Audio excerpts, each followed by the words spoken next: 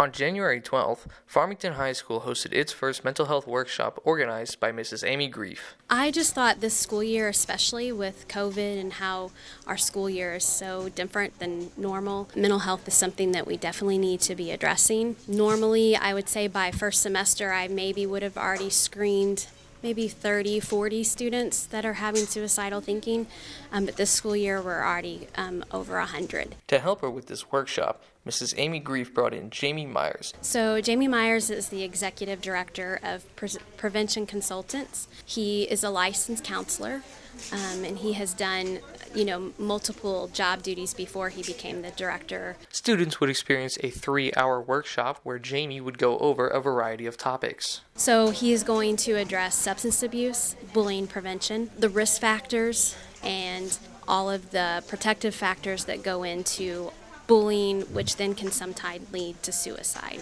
Well, I hope if nothing else, they realized their potential to be helpers, to be able to help their peers get help when they need it. I don't want them to take it on themselves to be the helper and to have to deal with that individually, but I want them to understand how they can help another young person find help and get help so that they can maybe get through this difficult time in their life.